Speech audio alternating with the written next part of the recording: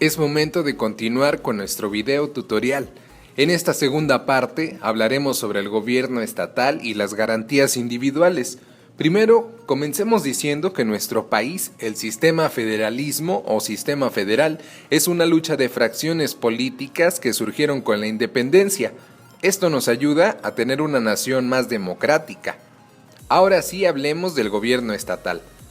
Para poder ser parte del Pacto Federal, el Estado tuvo que quitar algunas de sus atribuciones propias. Si nos vamos al artículo 117 de nuestra Constitución Política de los Estados Unidos Mexicanos, nos dice qué es lo que no puede hacer en ningún caso los estados. Pero esto no solo corresponde al Estado, sino que también aplica a los municipios a fin de que formen una organización política y administrativa del Estado. Ahora hablaremos de una nueva entidad federativa. Este es el Estado de la Ciudad de México. A partir de 1996, el Distrito Federal tuvo una asamblea legislativa llamada Asamblea Legislativa del Distrito Federal. Esta estaba integrada por 66 diputados locales, 40 electos por votación de mayoría relativa y 26 electos de forma proporcional. Las facultades de la ALDF son muy similares a un Congreso local, sin embargo, teniendo restricciones como el endeudamiento. Ahora es tiempo de hablar de las atribuciones de nuestros gobernadores. Como ya sabemos, nuestro país cuenta hoy en día con 32 estados, antes eran 31 estados y un distrito federal.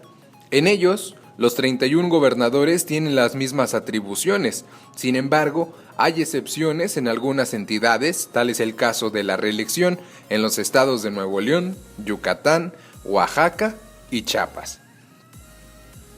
El gobernador tiene alguna serie de facultades como son proteger el orden público en todo el estado, responsable del sano ejercicio del presupuesto asignado, publicar, circular y hacer cumplir las leyes y demás disposiciones del Congreso, autoridad entre el gobierno del estado y los gobiernos municipales, y responsable de la seguridad y el orden público, entre otros. En cuanto al Distrito Federal, esta entidad tiene un jefe de policía que es nombrado por el jefe de gobierno, sin embargo, el presidente es quien tiene que ratificar el cargo, asimismo, pueden también destituirlo de igual manera. En cuanto a la Ciudad de México, las delegaciones están ubicadas únicamente como órganos políticos administrativos. Ya hablamos de los gobiernos estatales y de la Asamblea Legislativa del Distrito Federal. Sin embargo, no hemos hablado del Poder Judicial Estatal. Todos los tribunales superiores de justicia de los estados, incluidos la Ciudad de México, funcionarán en pleno y en salas. El pleno es el órgano máximo de cualquier tribunal estatal y tendrá un presidente. En cuanto al Poder Judicial del Distrito Federal, este actúa igual que los otros 31 estados sin ninguna distinción. Para que el tribunal en el pleno funcione, se requiere que haya 2/3 partes de los magistrados. Dichas sesiones serán ordinarias y extraordinarias y en ambos casos podrán ser públicas o privadas. Cuando menos una vez al mes deberán realizarse las sesiones ordinarias y las extraordinarias cuando sea necesario. Para la presidencia y tribunal en pleno serán designados un primer secretario de acuerdos, un segundo secretario de acuerdos y el número de secretarios auxiliares de la presidencia. Ahora hablemos de las garantías individuales. Estas son definidas como aquellos derechos públicos que son consignados a favor de todas las personas habitantes de la República.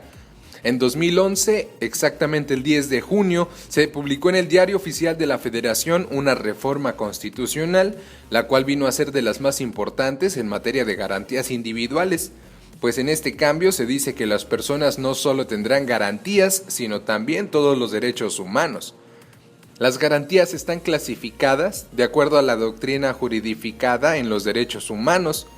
Estas están catalogadas como derechos civiles y políticos, mismos que son diseñados para proteger al ser humano como individuo y deben ser reconocidos por cualquier Estado a fin de garantizar su cumplimiento. Las garantías son suspendidas como consecuencia de una situación grave y cuya importancia afecte a la población o bien al país entero. Dicha suspensión puede ser de carácter temporal en cuanto dure la gravedad que le dio origen. Ahora bien, para que las garantías vuelvan a su normalidad, tendrán que pasar el riesgo. El juicio de amparo es el protector por excelencia de las garantías individuales.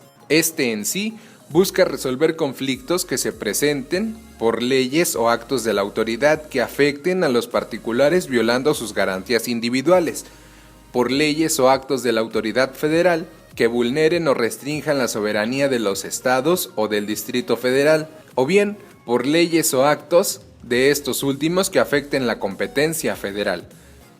En sí, el amparo es un instrumento procesal que compete primordialmente a los tribunales federales y en última instancia a la Suprema Corte de Justicia de la Nación.